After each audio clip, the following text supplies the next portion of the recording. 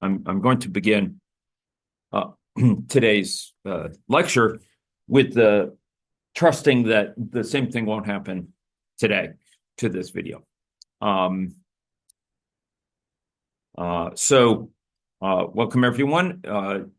Last time we had spoken about the mechanisms for characterizing state updates in agent-based models. And as part of that, I had commented on two major paradigms for characterizing such state updates. With the first of them being a declarative paradigm, where we specify what behavior we wish to achieve, what the desired behavior should be, using one structured form of specifying it or another, one form of specifying another that has well-defined mathematical properties, and it realizes that. And the second form being to specify it imperatively in terms of general purpose code, typically. Now, you'll recall that when we spoke about declarative characterizations, I noted several types of formalisms that are useful for such characterizations that can characterize state updates, with some of them being amenable to characterizing updates among discrete states and others among continuous states. We saw state charts. We talked about rewriting approaches, which allow us to take into account context, give a special attention to relationships of various sorts, and allow us to characterize discrete updates in state based on those. And we talked about some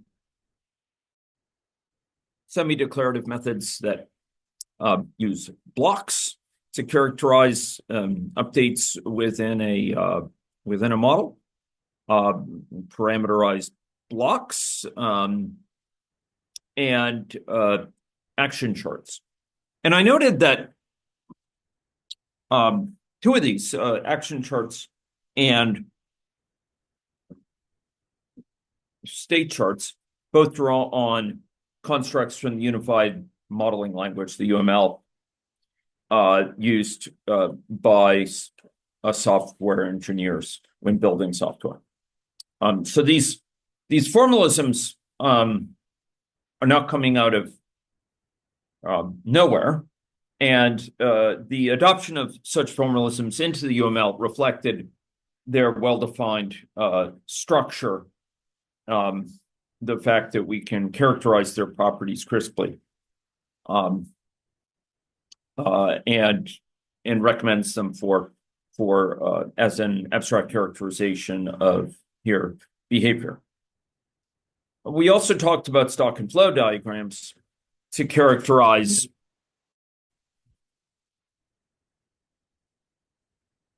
the change over time in continuous quantities.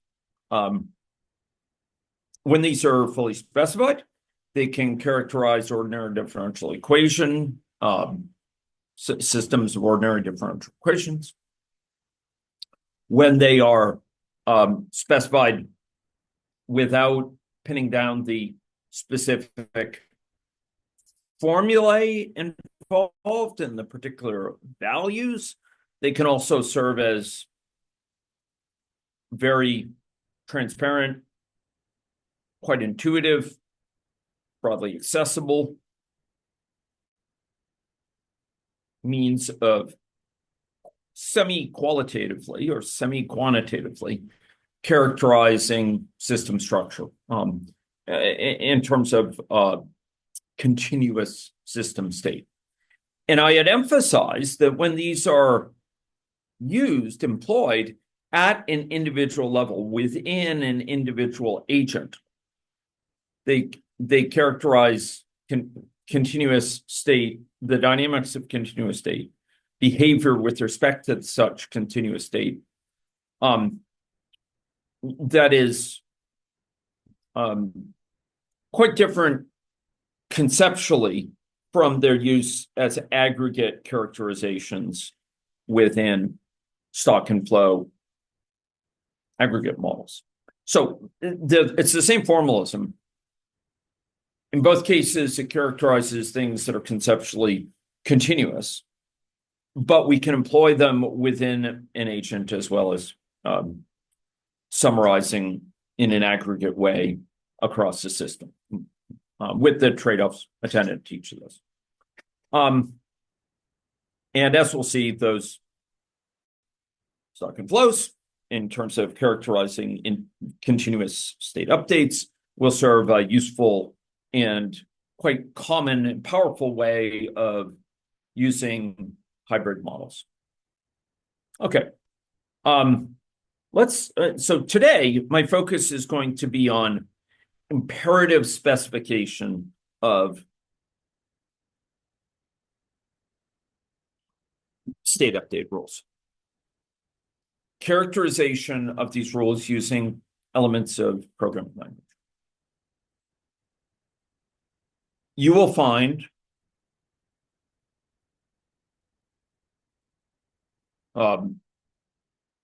vocal, but in my mind, grievously naive and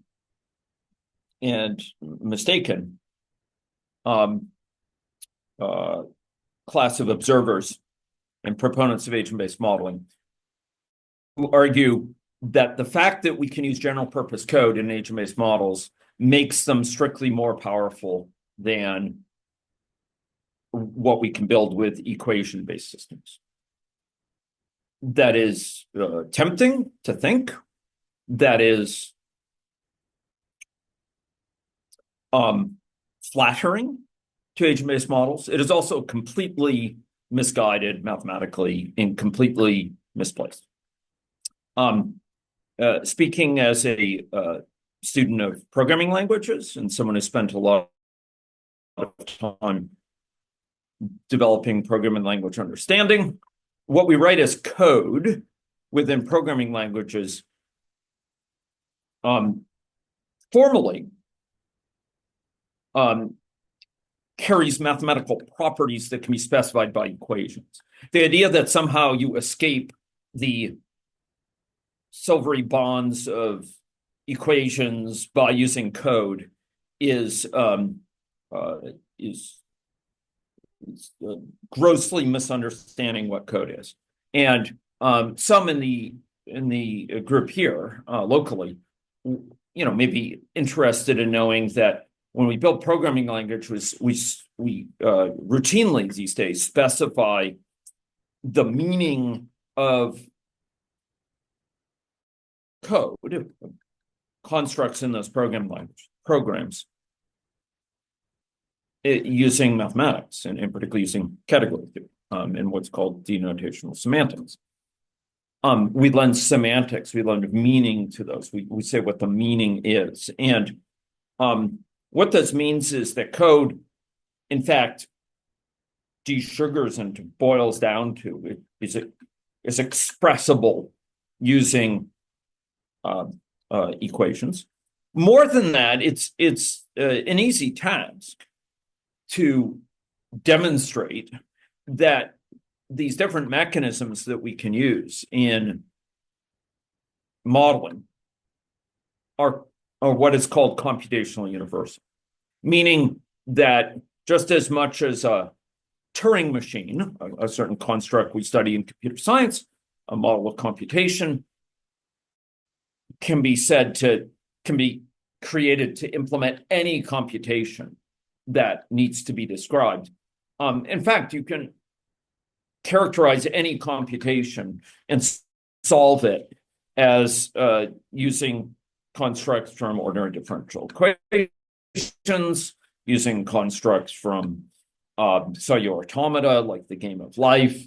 The game of life, Conway's Game of Life, which, has been a recreational pastime for generations of computer scientists and others since the 1970s, can be used to build computers and run programs that can run any program. They're computationally universal. These can be used as universal models of computation. So a lot of what I said will be, it's using terms that are likely unfamiliar to many of those present, and you don't have to worry about it. But what you should realize is that it is not the case that somehow by characterizing things in code, we are much more flexible than we can ever be with equations or mathematics. That is just a grievously misunderstanding of what code is. And it represents a fundamental gap in depth and understanding what programming languages are, how they function, how they relate to mathematics, how they relate to logic. And you should put that notion aside. But there's no question that in today's landscape and in the history of APMs, that programming language artifacts, code, programs have played a central, prominent, and certainly prominent role within agent-based models. And we're going to be talking about imperative ways of specifying models, both because this has constituted the lion's share of ABMs out there. They're written in programming languages, and still to this day does. And because even when we characterize a model mostly declaratively, or a large part of it declaratively, we strive to characterize it using high-level constructs like state charts, or like rewriting constructs, or like action charts, or like block diagrams. Inevitably, there are little bits, at least, and sometimes quite large bits, that are put out in programming and classic programming. And for the most part, these are, in many cases, maybe accurate to say most, they are general purpose programming languages. Okay, so let's talk about code. And I want to talk about code, but I want to also here talk about how code is used. There's a lot of misunderstandings about the roles that code plays in ABMs. There's a lot of cherished hopes people have of crafting ABMs as simple programs. And what you'll find is that ABMs actually, when you do create them as simple programs, you are advised to recognize that you are entering into the error, into the province, into the sphere of expertise of software engineers. And you have to respect that engineering discipline and the tenets and best practices of it, just as much as if you wanted to build a house of any size, you'd want to be careful to abide by the tenets of structural engineering and civil engineering, subsurface engineering, geotechnical, to build a house that will last. So I'd like to talk about code, and I'd like to talk about how code functions, and I'd like to introduce you into the fact that in the software engineering domain, for those from outside the software engineering domain, there's a certain naive notion about how things should function. that often is not observed in ABM frameworks. It's too naive, and ABM frameworks make use of what's sometimes called the Hollywood principle, or an inversion of control. That is a model of computation, or involves constructs and computation. It's a software engineering technique that is very effective for allowing more flexible, powerful, well-structured programs. Okay, so we're going to look at several different programming languages as they, several different ABM packages and ABM libraries as they support the creation of ABMs, the implementation of ABMs using code. So I'm going to go through different bits of code in different languages and give you a little bit of a flavor of some options here and some features. So one that I'll talk about is agents.jl. This is a Julia package. Here we characterize a model, and there's actually a little bit of use of Julia macros to provide some, I don't show it here, but some declarative high-level characterization of little bits of structure. We specify a model in terms of specifying agents and specifying a rule for stepping those agents. This is actually the shelling segregation model. This is the core logic rule for shelling step of an agent within a model. And we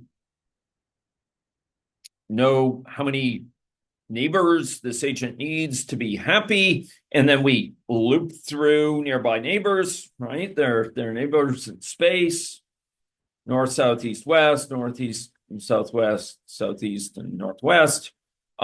We count up the number that are in their own group, the agents group, and then we decide whether the agent is pleased or not. And if they're not pleased, they move. You'll notice that this is specified in a general purpose programming language, Julia. It's specified using familiar constructs here, and we're using standard variables and functions to implement this model. And as such, we have, to our avail, we have access to broader libraries associated with Julia, a rich set of software of scientific computing code bases, and the ability to make use of macros in a hygienic way, syntax transforming macros in order to specify a model more elegantly. Julia is an extraordinarily efficient language designed to capture some of the best features of scripting languages and low-level languages, or in very performance-oriented languages like C. So it has a performance roughly similar to C, with a sort of high-level syntax that is typed but doesn't require you to engage in sort of ubiquitous characterization of the types. It has some appropriate level of type specialization, etc. So agents.jl is a contemporary package for Julia-based high-performance agent-based modeling. Perhaps the single most prominent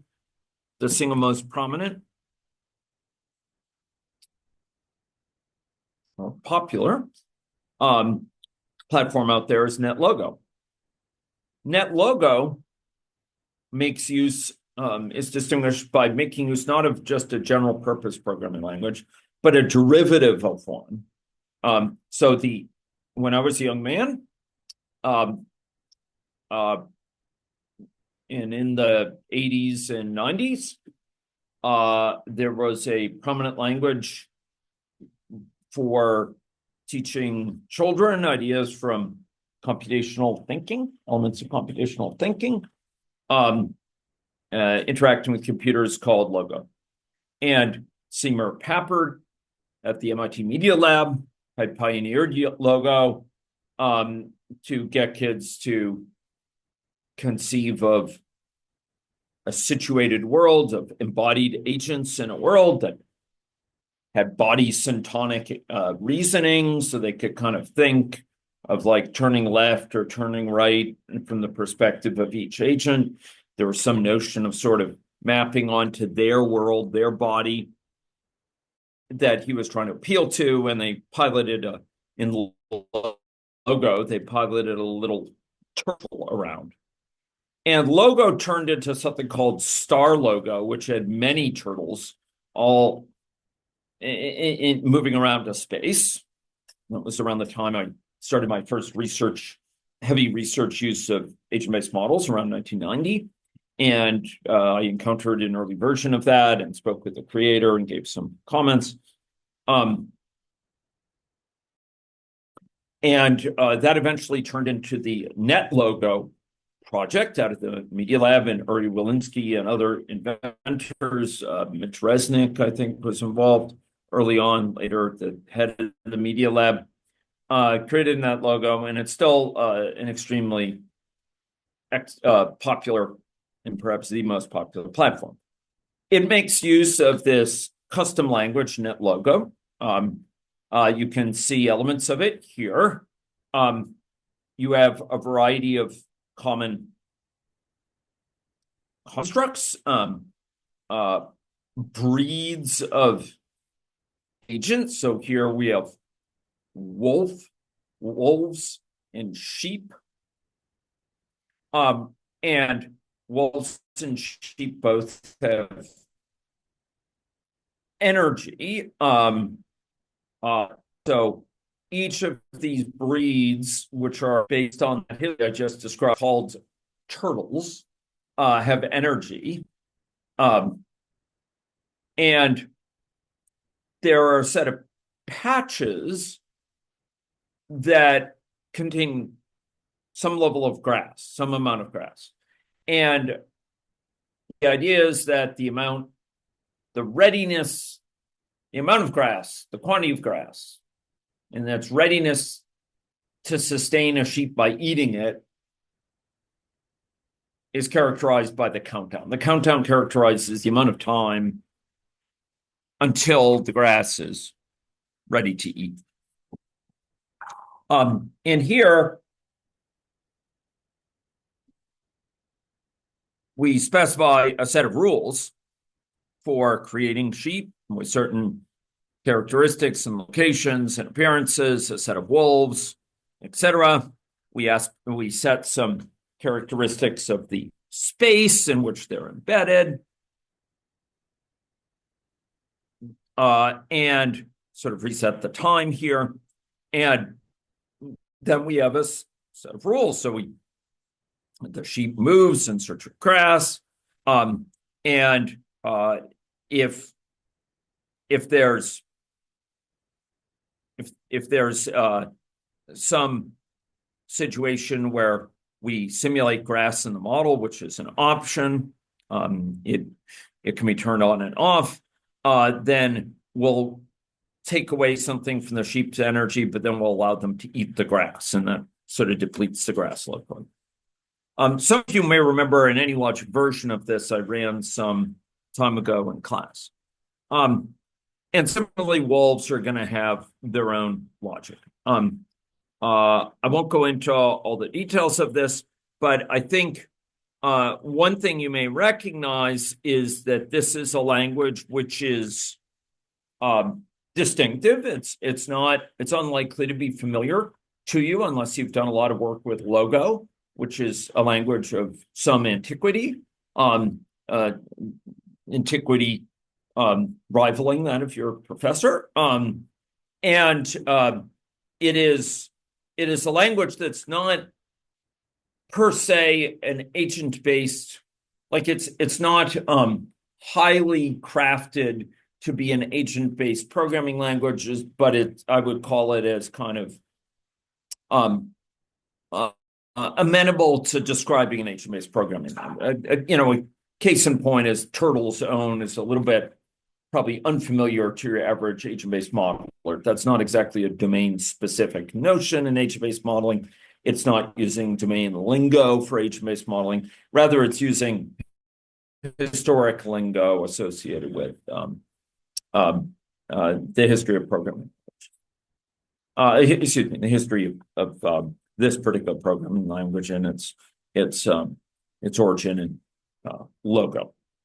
Nonetheless, it's a very popular platform, and I've helped people try to learn this, and we have students in my lab who have done sizable agent-based models in NetLogo, and I must say it has many virtues to recommend it in a very visual environment.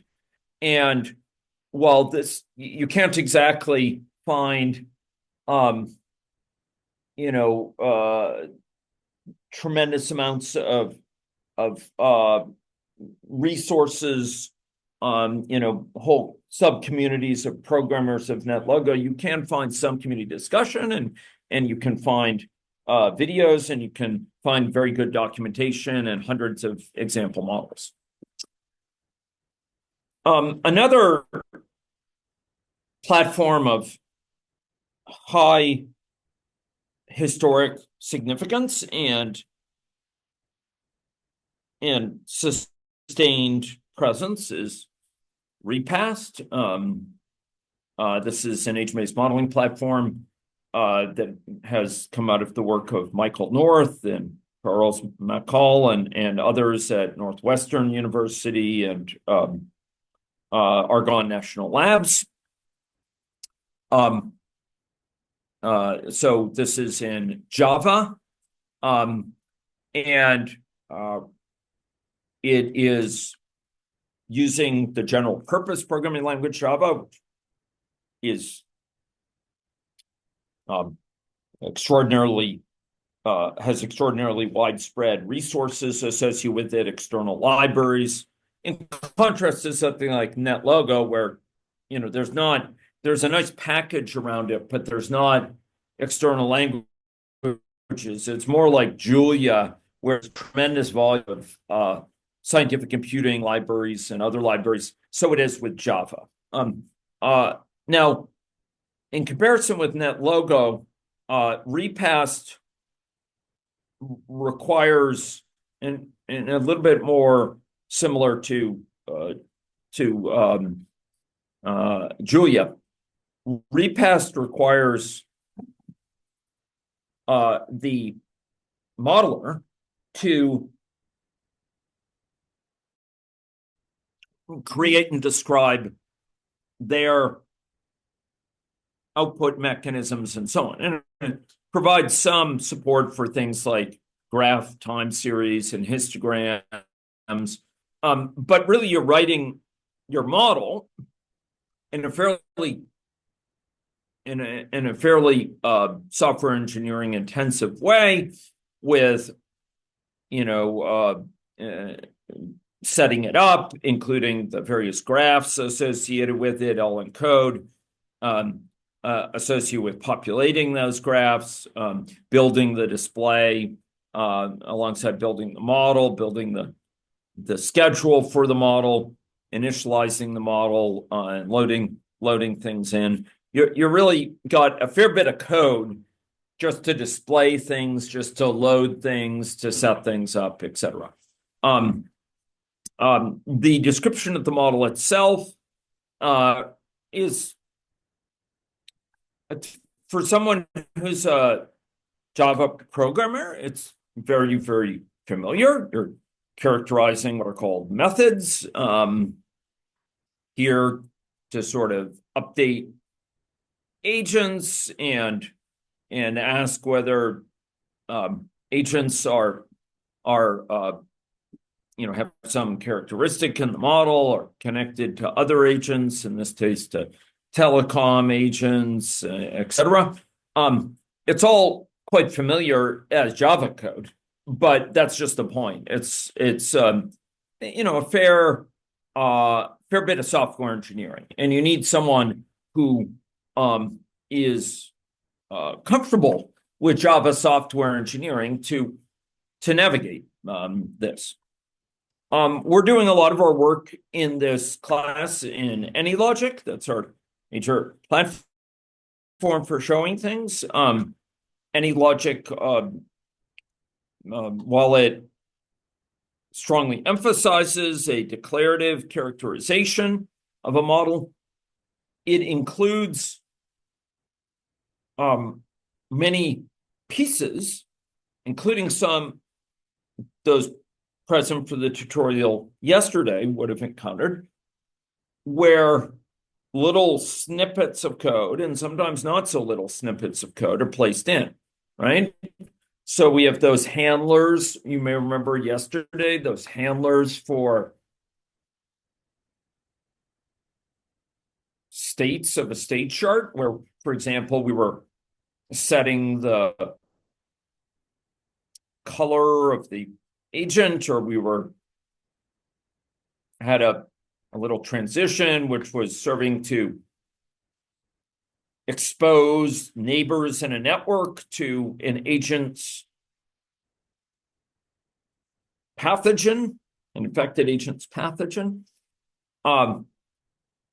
That was intermixed with and sort of fit into a more declarative construct where we had state chart as a higher level construct, not something you see here traditionally within age-based modeling platforms. Going further back, I think Repass now may have some representation of state charts. Traditionally, you just implemented them in code, sort of directly characterize the logic of state charts in code without having a state chart as an object, as a reified thing that you could point to as an abstraction. By contrast, in AnyLogic, you do have that abstraction. You have abstractions of networks, and by which you can characterize how the network should be configured. For example, two agents are connected if and only if they fall within 75 units of distance of each other. But then there is some code sprinkled around in places to compute things. And in this case, there's a function. And some in a previous lab saw a function. We declared a function to compute something. And here we can set up a function that performs some task. Here it takes the weighted average, the physical activity level of a person's connections, for example. And that's based on some weighting scheme that we might define for different connections. So here we have a declarative characterization of many things: connections, state charts, stock and flow models, statistics, graphs, and sort of networks connecting agents, characterization declaratively of the rules for populating many figures, so time plots or histograms to a certain degree. And then we have code, which kind of fits in at key strategic points to compute certain aspects of the situation. So here, when a baby is born, we connect the baby's connections. We grant it the network of the mother. And so we connect the baby beyond being connected to its mother directly at time of birth. It's connected with all the mother's connections. This is an example of a bit of code that we specify to set up the baby's situation per desire. We do it in general purpose Java code here within a higher level construct called the function.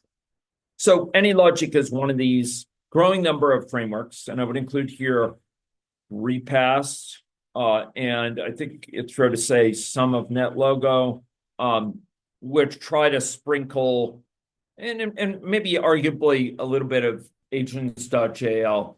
They try to put together declarative characterization, bits of declarative characterization with some bits of code. In our package from here in Canada, from my good friend Julian Ma at University of Victoria, uses the ABM's package, or ABM. And here we're characterizing in a prominent statistical programming language, R, which goes back to the programming language S, to which I was exposed in the early 90s. Here we are characterizing using R code aspects of model context and model mechanisms and dynamics through those mechanisms. So we're, for example, setting up a schedule. That schedule makes use of certain events that can go off at certain times, and these events have certain handlers. This is a notion of handler that I alluded to yesterday from this seat when I was delivering the lab, and I described code within states of state charts. I think I alluded to that code as a handler. When you come into that state chart, it executes this code. And it's a similar notion of a handler here. We put into the schedule some events that go off with a certain time. At a certain time, this event will trigger, will fire in continuous time. And it invokes, when it fires, it invokes a handler that tells it what to do. And in order for that handler to do its job, it's provided with the current time, information on the simulation as a whole, an agent, and that allows the handler to get the state of the agent and update aspects of the current situation, and to reschedule the agent later in the queue. This makes use of the Gillespie algorithm, which we'll be talking about later at a later date here, but is often involved in sort of low-level stochastic simulation. So we have handlers here, which are scheduled, which are placed in a schedule. Some here may remember my previous lecture on models of time within agent-based models. And one prominent and historically dominant model of time was discrete ticks, right? Where we have atomic, that is monolithic, quantums of time that cannot be subdivided. It's discrete, time 0, time 1, time 2, time 3. And we don't look between those, right? It's only at those times that things happen. And others had continuous time, and we had a notion of a schedule. And that's what we're seeing here.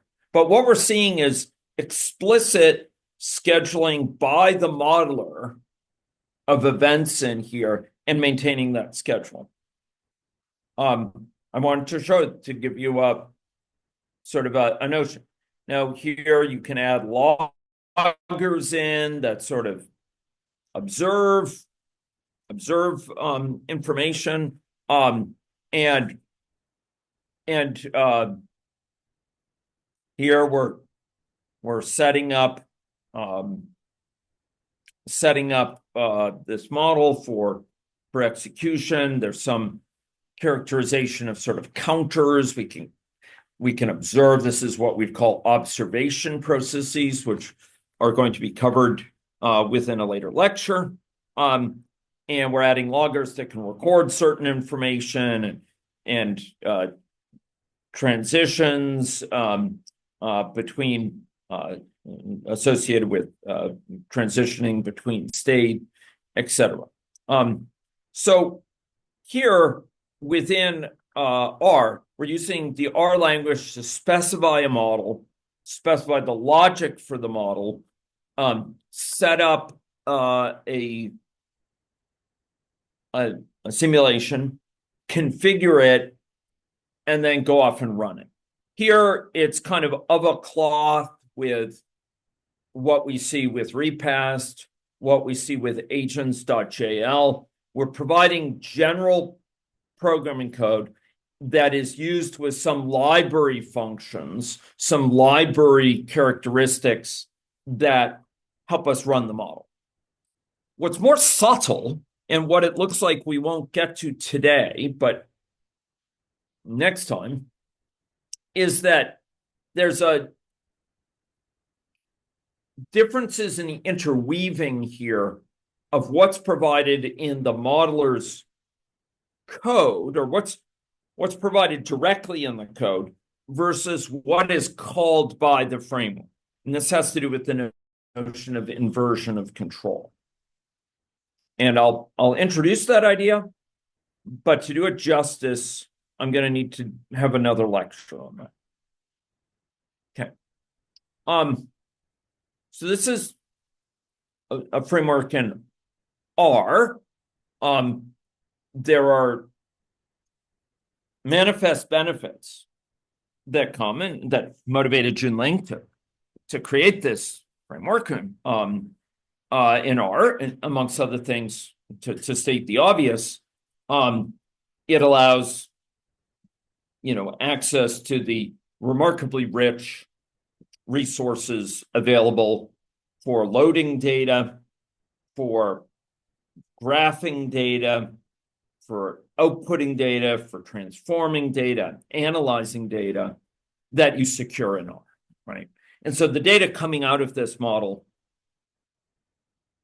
is already situated within an environment that is extraordinarily well suited to analyze it, but also data needed by the model and data output by the model and graphs of model outputs are really easily created within R.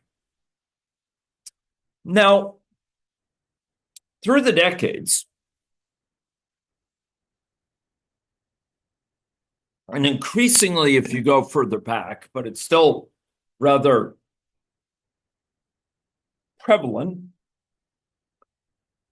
there's a large class of agent-based models that have been created in a bespoke way.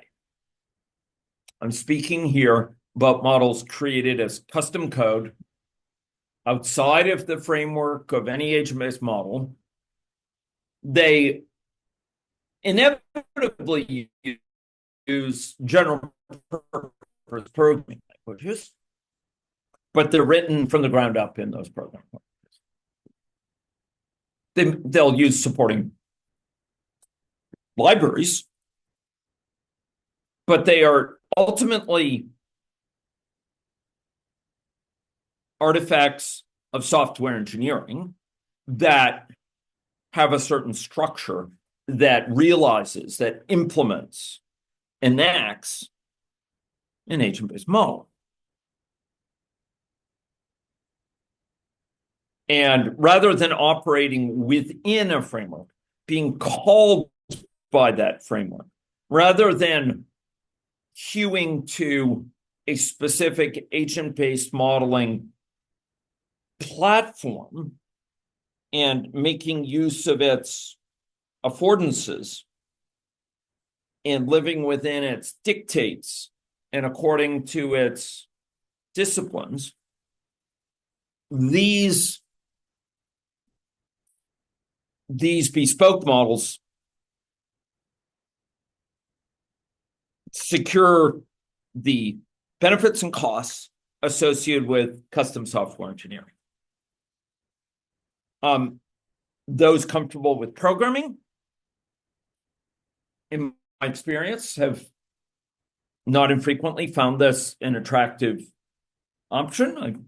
I've certainly, there's been no shortages of time in my life where I've just rolled up my sleeves and implemented it in a language of my choice. And for those very familiar with software engineering, it's not a terribly hard software engineering task. Just like for those familiar with structural engineering, designing your own building is not terribly hard.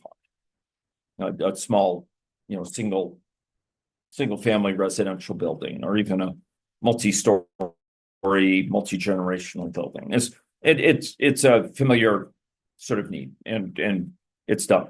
For those not familiar with software engineering, it's extraordinarily easy to run afoul of all the problems that can come if one does not know software engineering. And I could give several lectures easily on what those problems are, and I will mention them at some point. We don't have time to go into them today, but they are numerous. They are familiar to software engineers. They are well recognized and documented, and they appear within the software engineering curricula we teach undergrads. But I want to give you, my focus here is on the sort of structure of that code. So, I've shown here a little model built in, I built some years ago in Scala. This is actually for the game of life. And we have, this is in the programming in Scala, and we have a simulate routine, which is kind of the core routine here. And it basically reads some state, previously stayed, called it, goes off and runs a scenario and outputs the updated state. It also takes parameters and processes said parameters. You can provide command line parameters for things that specify things like the iteration count or the particular rule you wish to use for simulation, in particular variant of Conway's game of life rule. And there's a very standard applicative programming sort of hierarchy where one thing calls another,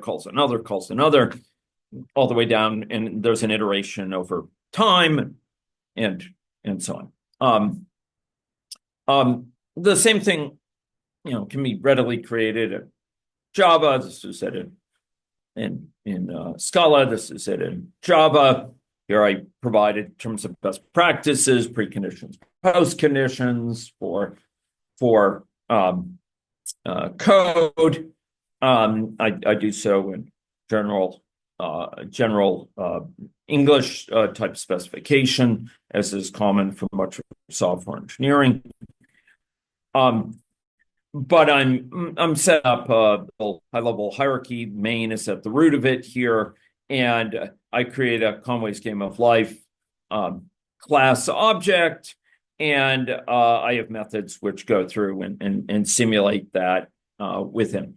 Now, what's notable here, and I'm tempted to switch to VS Code here. So this is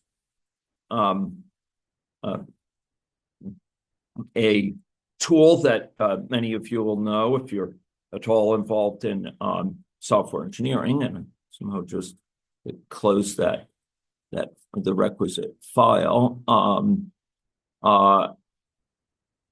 Okay, so here we have a class top-down call hierarchy, which starts with simulate, and then calls off to reading the state, and then proceeds on to running the scenario. Running the scenario calls off to update the space. So run scenario here is going and it's looping through successive points of time to run the scenario. And each point in time, it updates the space, providing it the requisite information to do its job, the time and the rule to use. Updating the space, we update each cell in the space, looping through all the rows and all the columns, and being careful when we update not to directly change the state, but to put it in another what's called double buffering, put it in the cells for the next time step, so we're not stomping on our own time step or our own space while we're computing it. We're just computing what the next time step is. We're not modifying anything in the current one, the current state. And when we go and we seek to update the cell, we have to count the number of living cells around us, and we basically apply the rule to determine whether we live or die for the next time frame. We can apply different rules. The Conway's game of life is traditionally played with a single reference rule, but you can play it with other rules and see interesting dynamics which are qualitatively different. Anyway, the point is this is a very tree-structured hierarchy. You have one thing that calls a couple other things. So here simulate calls print, and it can call exit to leave once it's done. It can call read state to read in the state. It calls run scenario, and run scenario calls a set of things that it can print things out, etc. So run scenario here is going and looping through, and it can print things out, etc. It's a very top-down thing. One thing calls the next. There's a loop through the time. Within that, for each of those time points, there's a loop through in the state of the rows and columns, basically each agent, and updating each agent and figuring out how it's going to update for the next time step. And to do that, you need some information. Very top-down. And this has been traditional for a lot of agent-based models, traditionally. But bespoke agent-based models have been top-down.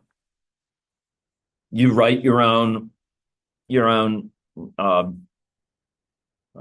little code that loops over time and loops over agents and runs. Now, again, from a software engineering standpoint, from a standpoint of crafting code, I think many of the people on this call, conceivably all, would feel comfortable making a stab at building up this language in a language of your choice, whether you prefer to do it in Python or R or C or Java or Scala or Haskell or whatever your language choice is.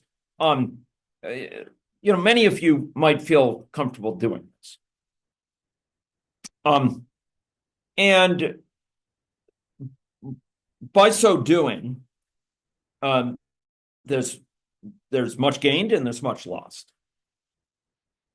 This might surprise you, coming from a software engineer for whom this is bread and butter stuff. But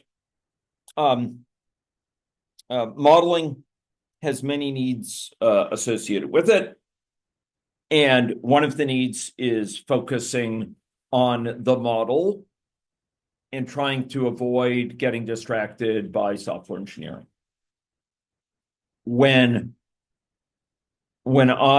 So I teach software engineering and I teach modeling.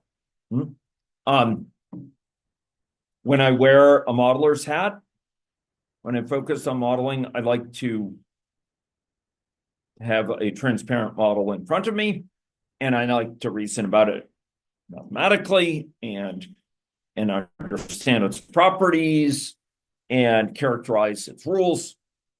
When I wear a software engineer's hat, I enjoy the challenge of having a system engineered well. It is very big challenge to engineer something in a bespoke way that it is both mathematically transparent, easy for stakeholders to understand, and also well-crafted as a software engineering construct. It's not impossible. It is challenging. And it is typically the province of building frameworks and building programming languages by which we elevate the ability to describe a model, to characterize the model's dynamics to the point where it can be transparent to stakeholders. And in our lecture on Monday, we are going to be seeing how specifying a model in code within the construct of a framework, if you call it a package. Sometimes it could be as simple as a library, like I would say, for example, the ABM package within R. Doing so lets you focus on areas of the model that are specific to your modeling needs and to the model's definition, and less on building it up from scratch as a software engineering construct. It's a software engineering creation. So what we will be seeing on Monday is this whole notion of inversion of control. And, we'll be stopping here, but I'll just whet your appetite by just saying that here, rather than having this tree by which we write this bespoke code and it loops over time, and in the loop over time for each time, we loop over agents and we go update and we have some rules that we run and update them. Instead of us calling off something to do the job and calling off something else to do that job, and from a top-down way, we have a more modern software engineering architecture that makes use of what is called the Hollywood principle, or inversion of control. Here we have the frameworks of the packages, and in some cases the libraries, like we saw in that code from ABM and R, which there's large parts that call our code rather than us calling it. Rather than decomposing the problem by calling off to things which take apart, which handle different pieces of the problem, we instead tell the platform about what code to call under different circumstances. And you can see that actually in this sort of code, right? We set up a schedule, we tell it, call this handler when this event goes off, and we go and we put in place this schedule as the schedule to be used within the context of this model. And that will end up calling this little bit of code when this event goes off. The framework here, the library here, will end up going and calling off to this bit of code for us to invoke this logic at the right time and give us the information we need. So it is with any logic, right?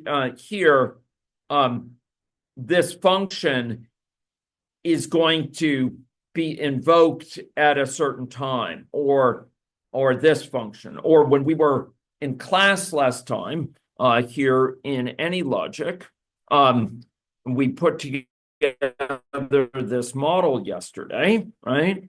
When we enter this state, this code is executed. When this event fires, the framework takes care of determining when it fires, exactly what time. When it does fire, it executes this code, right?